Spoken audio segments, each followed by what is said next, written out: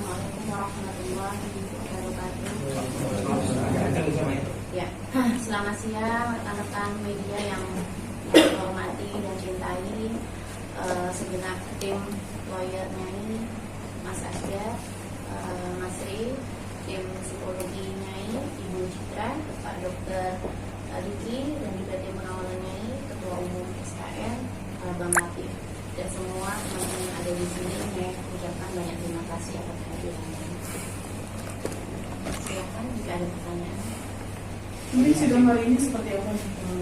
Karena tadi sempat ada Mas Andra sendiri sebut bahwa ada beberapa kesaksian yang dianggap tidak benar. Oke, boleh langsung ditanggapi kalau Mas Andreas? Kalau kami gugatan, pembuktian dan kesaksian semua sama dan tidak ada yang saling bertentangan dan apa adanya sesuai fakta dan peristiwa. Kalau dibilang dengan Pak katakan Tidak benar. Tidak benar. Seharusnya dia tadi menolak ya kalau tidak benar, menanyakan kepada kami. Tapi di dalam sana dia tidak ada yang dia tolak. Saksinya dari pihak mana aja, Bang? Pihak dari tetangga, kawannya Ilama, sahabatnya Ilama, dari para ahli, dan dari tetangga kerja ya, ada tetangga ada dua dan merupakan seperti ibu kandungnya Bu Desi di sebelah. Tadi biasanya mengatakan ada beberapa yang nggak dikenal. Gimana ada tanggapan dari chat? Oke, begini. Kalau misalnya dari pihak lawan kita atau yang berseberangan dengan kita, di mana notabene teman-teman media juga sudah ikut mendampinginya ya selama ini dari awal pemasukan berkas gugatan cerai sampai sidang-sidang sehingga saat ini. Kalau misalnya logikanya seperti ini, ada orang yang akan dibuka aibnya nih, pasti akan menyangkal dong. Jadi kalau bagi Mas Andri dan timnya menyatakan itu tidak benar, ya sah-sah aja gitu. Karena padahal yang saya inginkan adalah make it simple, dibuat simple. Dengan dibuat simple, dengan apa? Dengan brave, dengan hati yang besar. Saya nyatakan bahwa maaf, saya memang melakukan hal itu. Saya hilaf, saya minta maaf, saya janji tidak akan mengulangi. That's it, simple. Sesimpel itu tidak akan sepanjang ini nanti. Tapi yang bersangkutan sampai detik ini, sampai tadi pembuktian saksi itu nggak main-main loh Mas, di atas sumpah di depan hakim. Dan yang tadi yang Nyai sampaikan saksi itu sangat berkolerasi atas sidang sebelumnya adalah pembuktian berkas, dan sebelumnya juga ada gugatan-gugatan. Jadi Nyai sangat sistematis. Jadi tidak akan menyampaikan suatu A kalau tidak ada bukti-bukti dan juga fakta. Nah, kalau yang berseberangan yang kita menyampaikan hal itu tidak benar, ya itu sah-sah aja. Padahal yang diharapkan tidak seperti itu. Dengan hati besar, dengan mengakui kesalahan, itu malah membuka hatinya untuk apa? Untuk ada sedikit rasa percaya, ada sedikit rasa simpati, ada sedikit rasa percaya untuk bisa mempertemukan Sultan. Lah kalau dengan masalah satu diperkeruh, dibulet-buletin lagi sama Mas Andri, disangkal-sangkal terus mau sampai kapan? Nyai gini loh, apa orang seperti ini yang mau Nyai temuin sama anak Nyai? Tahu-tahu Nyai ditikam dari belakang, siapa yang tahu? Ini orang jahat loh. Maksud Nyai, kenapa sih? Ini simple sebenarnya. Oke, memang aku kasar, aku minta maaf, KDRT. Oke, memang aku selingkuh. Tadi saksi itu ngomong hal yang fakta. Itu yang tetangga, ada satu Mama Desi menyampaikan bahwa terjadi hampir setiap hari itu kekerasan fisik maupun verbal ya. Jadi pertengkaran terus pagi siang malam. Terus mengetahui bahwa yang bersangkutan tidak bertanggung jawab secara materi, numpang di rumahnya ini, sampai dengan lahiran pun Mama Desi yang nalangin dana duluan karena kan ini terbaring sakit. Dari dia hakim tadi menanyakan apakah ada satu peser pun kontribusi dari tergugat, tidak ada. Nah, Seharusnya tuh simple aja. Nyai nggak susah kok, tapi Nyai mau gimana mau percaya sih kalau orangnya seperti ini. Dan yang satu lagi itu tetangga sebelah rumah juga yang mempunyai bengkel, di mana bengkel itu buat tempat pertemuan dengan selingkuhannya. Nah itu kan udah banyak sekali saksi-saksi. Kenapa masih disangkal sih? Video-video tadi juga udah diperlihatkan ke yang mulia. Itu video siapa? Dia. Dengan siapa? Dengan lebih dari satu wanita. Mau disangkal lagi? Ya nggak apa-apa.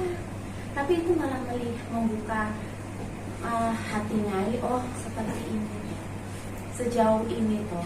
Kenapa sih nggak mengambil hati Nyai dengan wise, dengan brave, dengan hati yang berani, dengan gentleman? Gitu. Berarti ada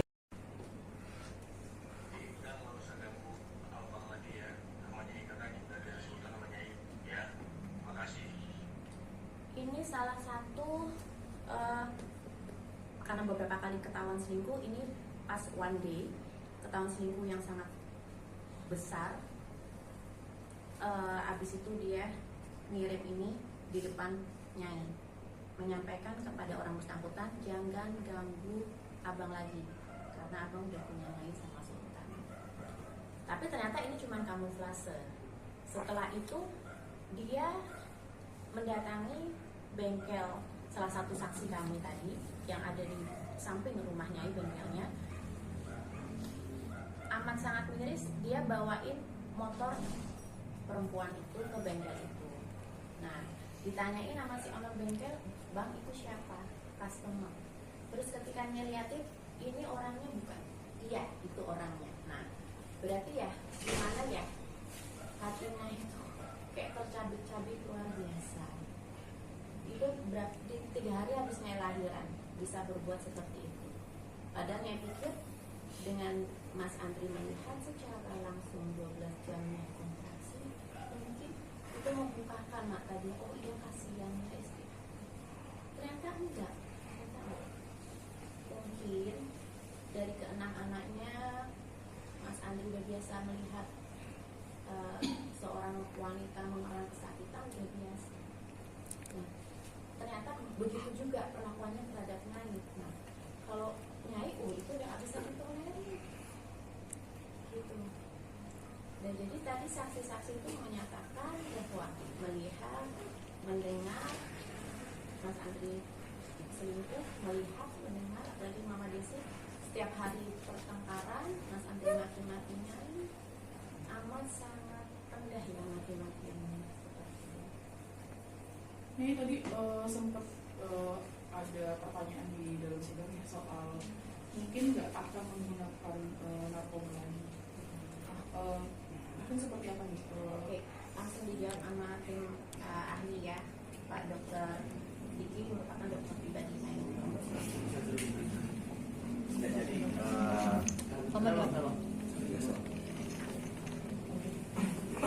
Jadi untuk pertanyaan itu dari awal juga pada saat kita bertemu dengan Nyai kan terus terang yang saya khawatirkan ke arah itu. Cuman pada saat setelah kita lakukan asesmen, analisa, ternyata permasalahan utamanya bukan di situ, justru lebih ke depresinya itu. Bukan faktor yang mendukung untuk Nyai ke arah sana, karena saya lihat sampai sekarang pun motivasi Nyai untuk dan komitmen Nyai untuk tidak menggunakan barang tersebut masih kuat. Jadi saya masih mempercayailah dari hasil yang kami lakukan itu kecenderungan Nyai untuk menggunakan barang-barang tersebut. Sampai di situ.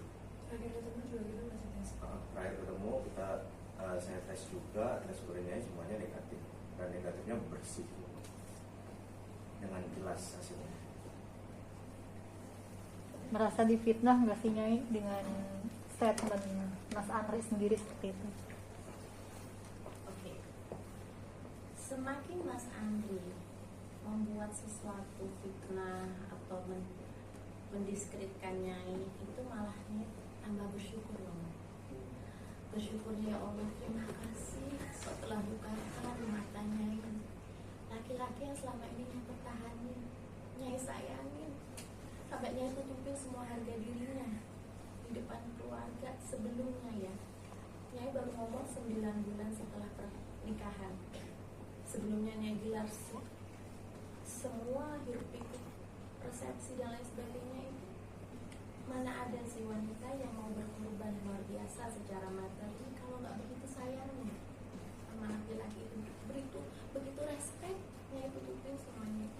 Tapi balasannya dia selingkuh lagi gitu. Dan sekarang fitnahnya apa? Mbak dengar sendiri, dia mau ambil hak asuh anak dengan memfitnah Nyai memakai narkoba atau ada keinginan ingin memakai narkoba. Nah, alhamdulillah yang mempunyai tim yang solid dan mempunyai seorang profesional semua ya, dalam arti ya Nyai menggandengnya tim dokter adiksi, terus untuk assessment narkotikanya 6 item, semuanya negatif semuanya, dan ada resume secara letternya, dan untuk psikologi juga Nyai menggandeng citra dari behaviors juga. Jadi tidak hanya speak doang, nggak hanya omong doang gitu. Dia mau fitnah gitu malah Nyai bersyukur ya. Oh ya Allah, terima kasih, kayak gitu tuh kualitas orangnya. Gak cuma berhenti di situ saja Mas Andri. Mas Andri kalau SMS Nyai yang indah-indah, tetapi kalau dia di belakangnya ini bisa dia di postingan media sosial beliau, Nyai tidak hanya ngomong doang. Dia selalu mengatakan Nyai dan tim Nyai itu sensasi kelebayan. Ya Allah, kok sensasi kelebayan, kok sampai Nyai berkorban jiwa raga, sampai melahirkan sakit. Materi bisa dicari. Kalau mau ditanya, ya itu luar biasa lah pengorbanannya. Jiwa raga, materi, waktu, sakit hati yang Nyai pendem-pendem, Nyai sabar-sabari. Kok ya itu sensasi kelebayan. Kalau bagi dia itu lebay, oh ya Allah, berarti kita nggak satu frekuensi. Kalau menurut dia kawin cerai 4 kali, menyakiti hati perempuan itu biasa, bagi Nyai nggak biasa. Nyai mempunyai keluarga, sahabat, semuanya di sini dan Nyai itu mempunyai pikiran waras dan tahu hidup tuh harus berkualitas, tidak hanya apa ya. Jadi yang Mas Andri carinya juga nggak ngerti ya, pelampiasan seks mungkin atau gimana. Soalnya ya dengan orang yang katanya wanita itu biasa digilir sama bakers kok ya mau seorang Nyai dikorbanin. Ini tadi pihak sebelah juga sempat bilang bahwa KTP ditahan dan beberapa barang milik pribadinya juga ditahan. Mungkin tanggapannya seperti apa? Oh itu salah ya. Itu KTP salah. sudah Ya, kembalikan tapi nggak mau terima. Jadi kami ingin kembalikan di depan pengadilan.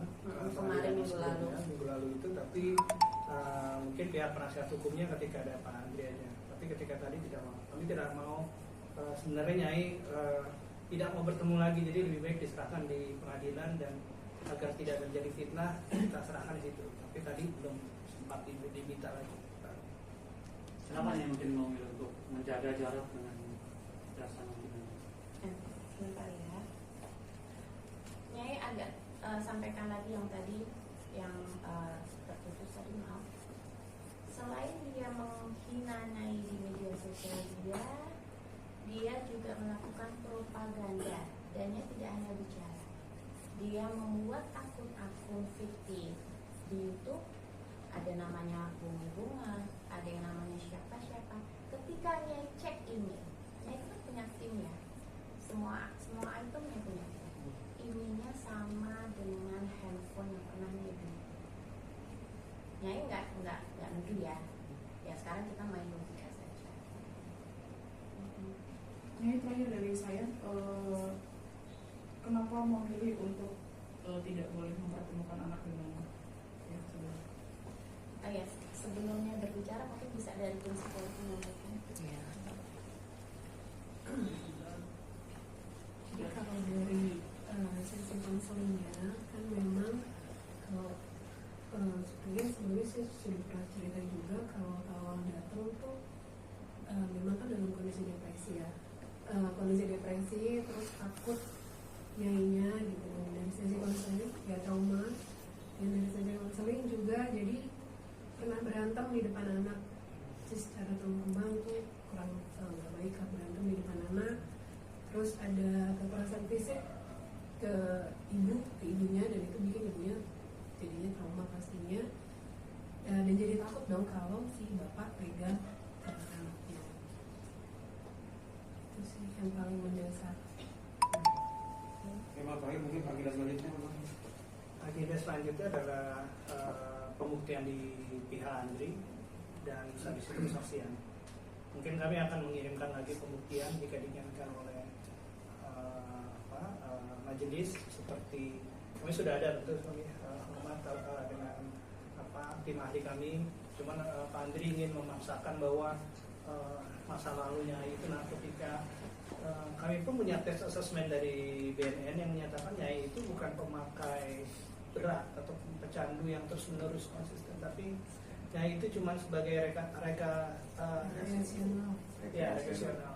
Dia hanya memakai sekali-sekali dan itu nggak ada rasa candunya, rasa apa. Itu pun nanti kami akan perlihatkan ke kawan-kawan media dan ke majelis. Tapi kan kami sebenarnya sih sudah lebih dari cukup, sudah menjawab dari tim ahli kami menyatakan bahwa Nyai bersih dan kelihatan kan orang yang memakai narkoba. Nyai, mengenai yang ini, yang pesta itu gimana Nyai? Yang dituduhkan ke Nyai? Tadi salah satu saksi yang dia sebutin di dalam gugatan itu hadir dan mematahkan semua fitnah dia. Gitu. Udah dipatahkan di depan hakim dan hakimnya juga sudah mengetahui, jadi udah gampang.